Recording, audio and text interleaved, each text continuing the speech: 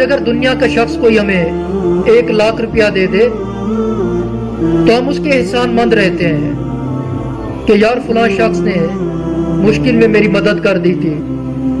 کیا ہم نے کبھی اپنے رب کے احسانات کو یاد کیا؟ بے شمار احسانات جن کا ہم شمار نہیں کر سکتے. اور اس رب نے ہم سے کیا چیز طلب کی؟ وما خلقت الجن والانس الا لیعبدون، کہ ہم نے جنات کو اور انسانوں کو اپنے عبادت کے لیے پیدا کیا. تو کیا آج ہم اپنے گریبان میں جھانک کر دیکھیں، یہ جو آج کا انسان مشین بن چکا ہے، ہم نے اپنی زندگی کا مقصد فقط پیسہ کمانا بنا لیا. کھاؤ پیو عیش کرو، پیسہ کماؤ، قبر میں چلے جاؤ، یہ ہماری زندگی ہے. کیا ہم نے کبھی اس بات پر غور کیا کہ ہمارے رب نے ہمیں کیوں پیدا کیا؟ یہ سورج انسان کی خدمت میں کیوں مصروف ہے؟ ہر روزانہ طلوع ہوتا ہے، غروب ہوتا ہے. اگر یہ سورج نہ ہو تو ہماری زندگی کا قیام ممکن نہیں. اگر ہوا نہ ہو ہماری زندگی کا قیام ممکن نہیں. اگر پانی نہ ہو ہماری زندگی کا قیام ممکن نہیں.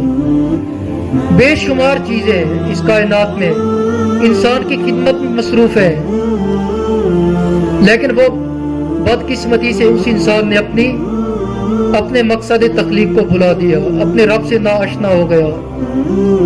اگر آج ہم نے کامیاب ہونا ہے تو آج ہمیں اپنے رب کی بارگاہ پر حاضر ہونا ہوگا.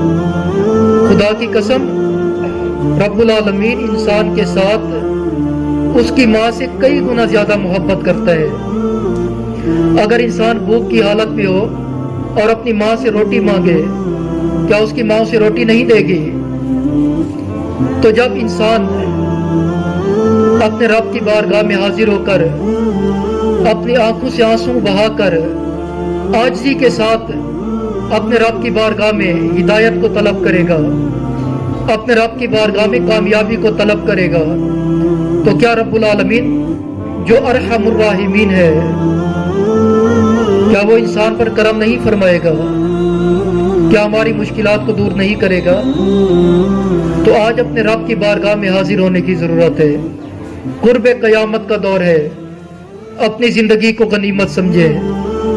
آج اس آستانے سے اسی پیغام کو اپنے ساتھ لے کر جائیں کہ آپ سے کوئی ایسا عمل نہ ہو، آپ سے کوئی ایسا فعل سرزد نہ ہو جو خدائے واحد کی ناراضگی کا سبب بنے،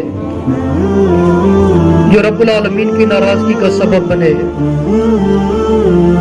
جہاں تک ممکن ہو سکے آپ کی ساری زندگی خدائے واحد کے احکامات کے مطابق ہونی چاہیے.